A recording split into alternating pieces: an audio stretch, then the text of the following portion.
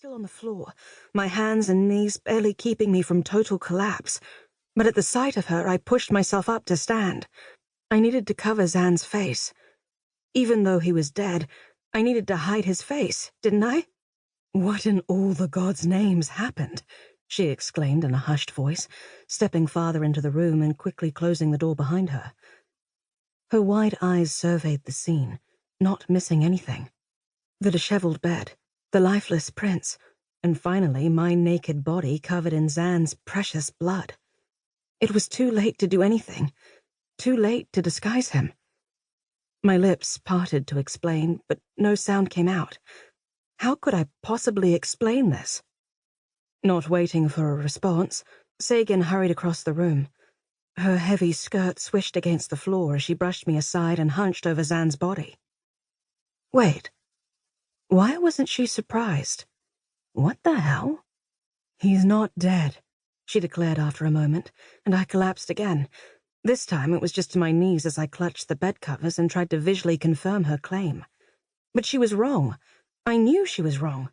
"His heart stopped beating," I told her, my voice a hoarse whisper after all my screaming. "I felt it. I felt it stop." Sagan turned to me with a condescending look on her face. "Well, clearly you'd make a shitty healer, because his heart is beating just fine. Here, feel." She grabbed my hand and slapped it onto the side of Zan's neck, pressing my fingers against his pulse. Holy Zrin's balls! He had a pulse. It wasn't strong by any means, but it was there, plain as day.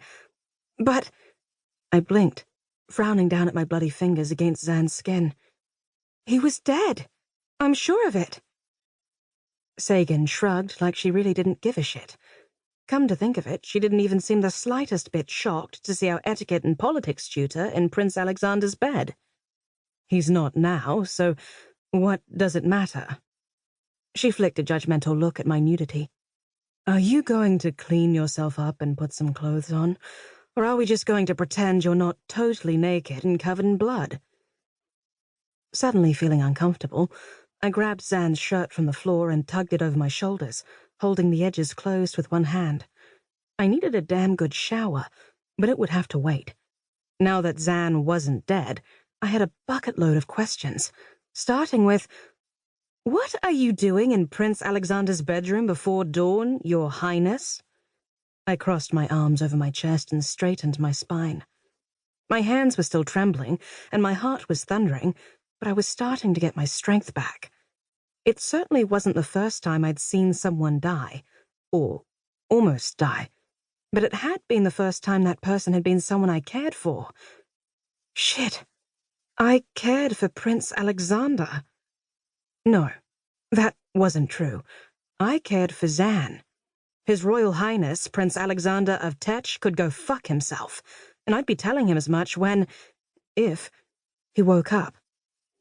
Sagan smirked at me, flipping her silky black hair over her shoulder. I don't have to explain myself to you, Callaluna. She sniffed and cast another look at Zan's motionless form. You might want to get him checked out and clean up this mess before anyone else sees it.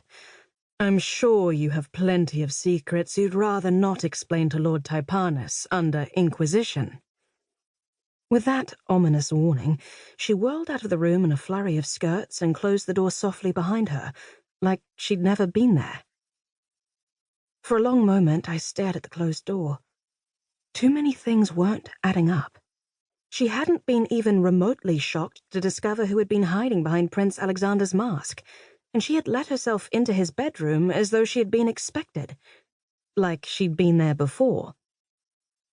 Turning back to Zan, I sighed heavily and ran a hand over my face.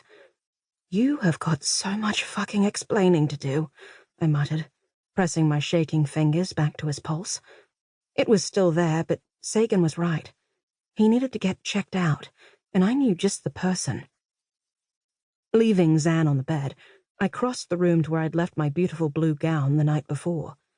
Sure enough, tucked between the folded fabric were the two other keys that I'd been given.